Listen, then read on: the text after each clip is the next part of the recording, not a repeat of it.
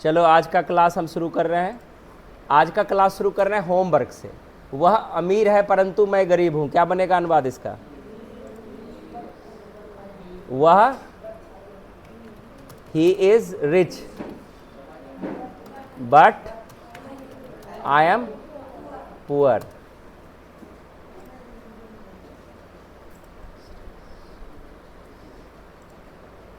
तुम्हारे पास पैसे हैं इसलिए तुम खुश हो, क्या बनेगा? यू हैव मनी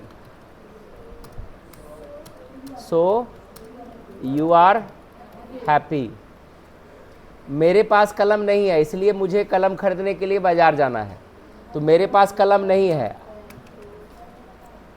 क्या बनेगा? आई हैव नो पेन, ये सूट करेगा इस जगह। So I have to go to market to bye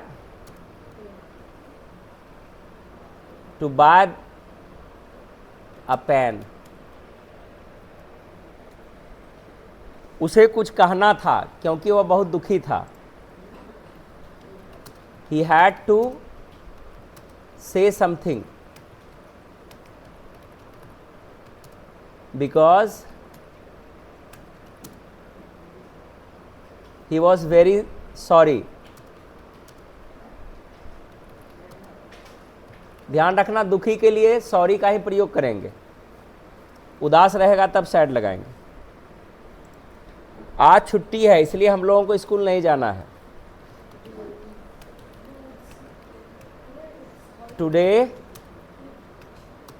is holiday so we have not to go to school.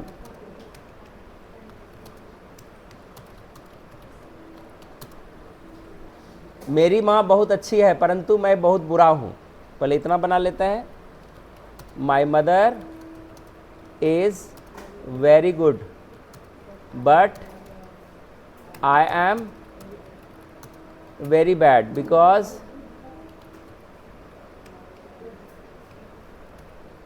Because मेरे हाथ में हमेशा मोबाइल रहता है। I always keep a mobile in my hand. थोड़ा सा ये भिन्न बना है, ये जरूरी नहीं कि सब जगह हैव का ही प्रयोग करेंगे।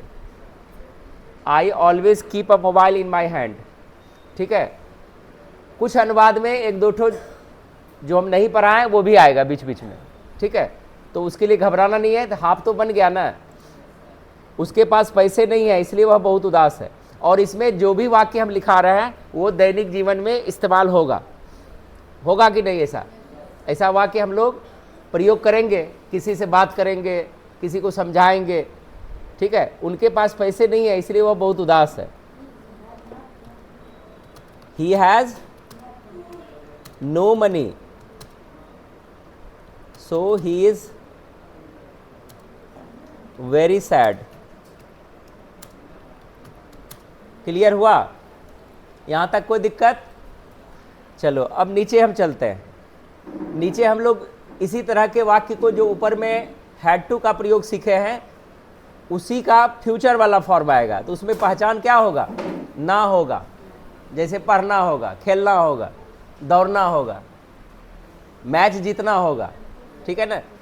ना होगा, नी होगी, ने होंगे, या पढ़ेगा, पढ़ेगी, पढ़ेंगे इत्यादि लगा रहेगा। ऐसी बनावट होगी तो क्या करेंगे? क्या स्ट्रक्चर होगा? सब्जेक्ट पहले रखेंगे, सब्जेक्ट के आधार पर शैल या विल का प्रयोग करेंगे, उसके बाद हैव टू क्रिया का पहला रूप और ऑब्जेक्ट आएगा, ठीक है। अगर वाक्य एम्फेटिक हो गया तब क्या करेंगे? सब्जेक्ट शैल या will have got to verb plus object लगाएंगे। किसमें? एम्फेटिक वाले में, ठीक है। चलो मुझे जाना होगा,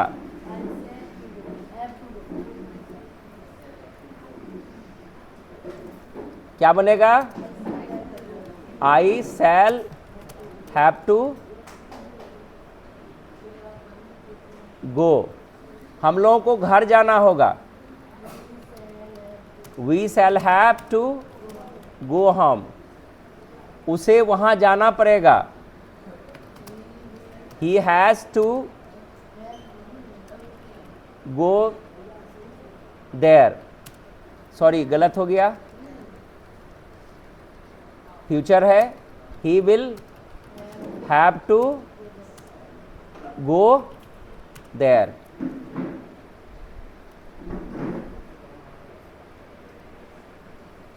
आगे क्या है, छात्रों को प्रतिदिन स्कूल जाना ही पड़ेगा, इम्फेटिक है। The students will have to, देखो विल हैव टू से काम नहीं चलेगा, will have got to go to school every day. Sita को एक पत्र लिखना पड़ेगा। Sita will have to write a letter, भिखारी को भीख मांगना ही पड़ेगा। The beggar will have to beg, हमें काम करने के लिए विल हैव टू बेग। अच्छा हाँ लगेगा, इम्फेटिक है, गॉट टू। हमें काम करने के लिए शहर से बाहर जाना ही पड़ेगा। We shall have got to go out of the town for work या टू वर्क या फॉर आवर लिवलीहुड, ये भी बना सकते हैं। ध्यान रखना, अगर हमारा वाक्य इम्फेटिक हो गया तो शैल भी हट जाना चाहिए, तो इसको विल लगा दो, क्योंकि वाक्य जो है, अच्छा कोई दिक्कत नहीं है, वो शैल से भी कोई दिक्कत वहाँ नहीं है अभी, ठीक है ना। अभी तो हम लोग स्ट्रक्चर प्रैक्टिस कर रहे हैं, अभी इसमें कोई भी ऐसा चीज़ नहीं है कि गलती होगा ही, अभी करेक्शन कुछ नहीं कर रहे हैं हम लोग। धीरे धीरे धीरे धीरे वाक्य सीख रहे हैं कि वाक्य कैसे फॉर्म हो रहा है। जब मेरे दिमाग में इस तरह का वाक्य आएगा तो हम क्या करेंगे, ठीक है ना। तो सबसे पहले स्ट्रक्चर, उसके बाद एक्सरसाइज, और पढ़े हुए पर प्रैक्टिस करेंगे, बोलेंगे, और धीरे धीरे आगे बढ़ जाएंगे, ठीक है। चलो यहाँ तक हो गया सबका, मिला लो। चलो निगेटिव में कहाँ पर नॉट लगेगा, ध्यान से यहाँ पर देखो वाक्य को। पहले एक चीज समझ लो, अगर एक वाक्य में डबल ऑक्सिलरी वर्ब आ जाए, देखो यहाँ शैल विल भी है और हैव भी है, तो जो मुख्य है सबसे पहले वहीं जाके नॉट सटेगा। और अगर दो आएगा तो नो का झमेला ही नहीं है। अगर दो ऑक्सिलरी वर्ब एक वाक्य में आ रहा है और दोनों एक जगह स्थापित है तो पहले की तरफ लगेगा। अगर हम गलती भी कहीं कर दिए तो अपने से करेक्ट कर लेना, और उसके साथ नो नहीं आएगा फिर, ठीक है ना। Shall will not have to का प्रयोग करेंगे, अगर गॉट आएगा shall will not have got to का प्रयोग करेंगे। क्लियर है। चलो यहां पर एग्जांपल में देख लेते हैं। मुझे नहीं जाना होगा, क्या होगा, I shall not have to go. हम लोगों को घर नहीं जाना पड़ेगा, we shall not have to go home या गो टू हाउस, उसे वहां नहीं जाना पड़ेगा, he will not have to go there. छात्रों को प्रतिदिन स्कूल जाना नहीं पड़ेगा, क्या बनेगा, the students will not, will लगा दिया ना तो उसको बदल, चूंकि आगे जा करके गॉट लगा हुआ है, ठीक है ना। लेकिन सेल को बदल सकते हैं, क्योंकि जैसे इम्फेटिक हो सेल का प्रयोग बहुत कम जगह होता है, ठीक है ना। विल लगा देंगे तो विल को सेल में बदलने की जरूरत नहीं है, तब गॉट हट जाएगा वहां से, समझ गया ना। लेकिन वहां पर कोई दिक्कत नहीं, विल अस्थाई है। जब हम कोई चीज़ इनफैक्ट एम्फेटिक करके बोलते हैं विल और प्लस गॉट लगा हुआ है, वो ज़्यादा प्रभावशाली हो जाता है, इसलिए उसको चेंज नहीं करना। विल को शैल में नहीं बदलेंगे, जब वो अकेले आएगा तब चेंज करेंगे, लेकिन शैल को विल में बदलेंगे, लेकिन विल को शैल में नहीं बदलेंगे क्योंकि हैव गॉट उसका स्थान ले लिया। The students will not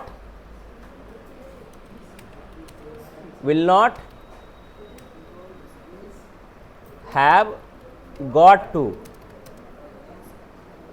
the students will not have got to go to school।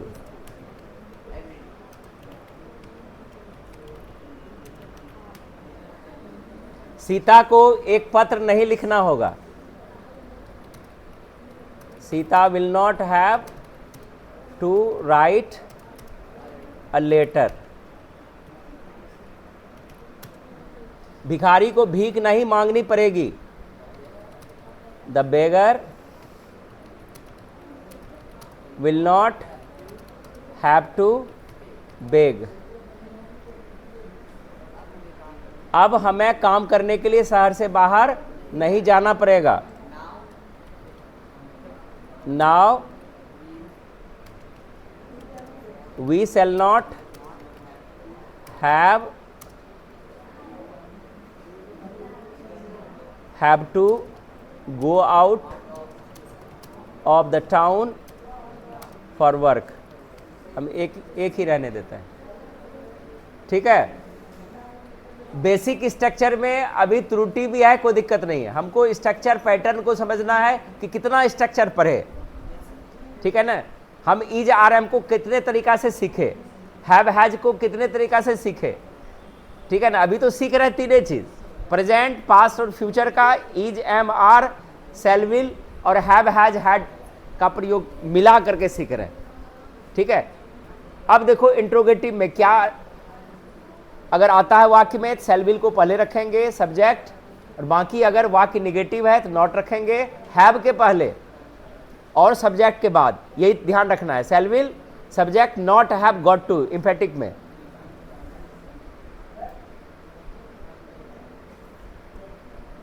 चलो देखते हैं आगे।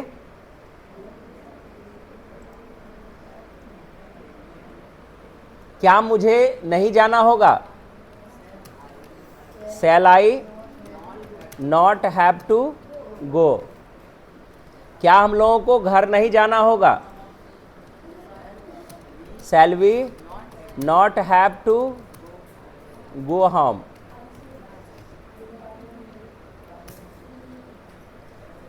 क्या उसे वहां नहीं जाना पड़ेगा,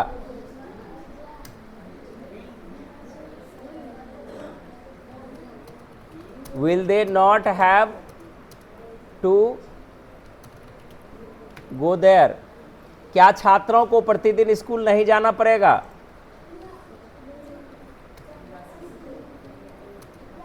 विल द स्टूडेंट्स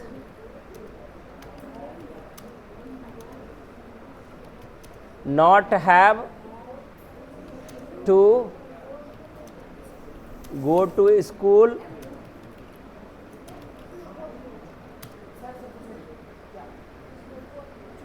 क्या सीता को एक पत्र नहीं लिखना पड़ेगा, क्या बनेगा इसका, बोलो इसका, not have to write a letter। यहां पर ध्यान दो, क्या भिखारी को भीख नहीं मांगना पड़ेगा, will the beggar not have to beg।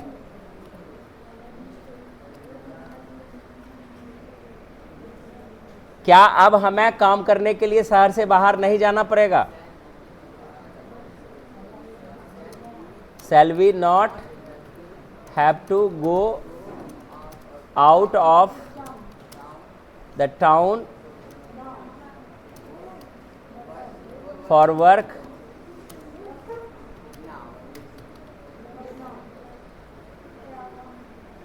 तुम्हें वहां क्यों जाना नहीं पड़ेगा,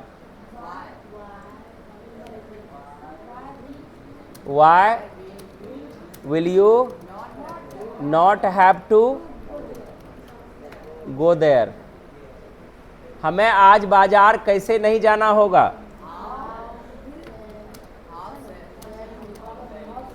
Not have to go to market.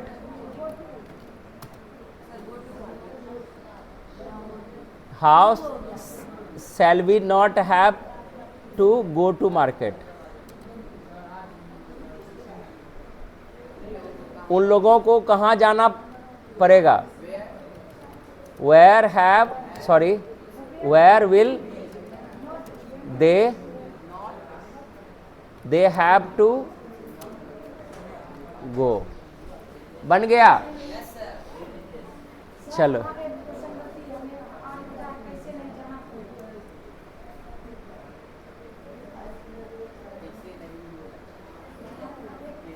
how shall we not have?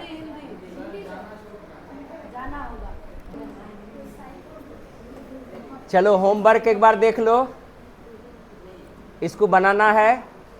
मुझे बहुत पढ़ना है क्योंकि मुझे जीवन में एक सफल व्यक्ति बनना है। हम लोग माता पिता के बिना कुछ नहीं हैं, इसलिए हमें उनके खुशी के लिए कुछ विशेष करना है। उसे एक नया घर बनाना है क्योंकि इसे रहने के लिए घर नहीं है। आज तुम्हें बाजार जाना होगा क्योंकि तुम्हारे पास लिखने के लिए कॉपी नहीं है। वह बीमार है इसलिए उसे स्कूल नहीं जाना होगा। हमें जीवन में आगे बढ़ने के लिए एक लक्ष्य रखना होगा। ठीक है, तो यहाँ तक ये टास्क हो जाएगा। अब कॉपी किताब कलम थोड़ा सा रखेंगे और जो हम तुम्हारे सामने डाल रहे हैं इसको मौखिक बनाना है। ठीक है, और YouTube पर जब चढ़ जाएगा वहाँ से इसको फेयर कर लेना है। क्लियर है? चलो पहला में क्या भरेंगे? नहीं तो एक काम करते हैं, इसको भी होमवर्क में रख देते हैं। चूंकि ये एक बार देखेगा तो बनाएगा तो अच्छा रहेगा ना। तो 20 सवाल हम दे रहे हैं यहाँ से, इसमें भरना है दोनों में से एक उठा करके। ठीक है, तो यहाँ पर dash finish my homework before going to play. तो अब यहाँ सेल लगाएगा, विल हैव टू लगाएगा, क्या लगेगा तुम जानो। इसी तरह से we dash not forget our school's annual day, shall या विल हैव टू। तो इस तरह से हम ऊपर नीचे थोड़ा सा कर देते हैं। नेक्स्ट डे में इसकी हम चर्चा करेंगे। क्लियर? तो इसको बना के लाना है, नहीं इसको ऑनलाइन से इसको कॉपी कर लेना रोक करके। लिखने में समय लगेगा, इसके एवज में हम दूसरा कार्य करेंगे। अभी और कार्य करेंगे।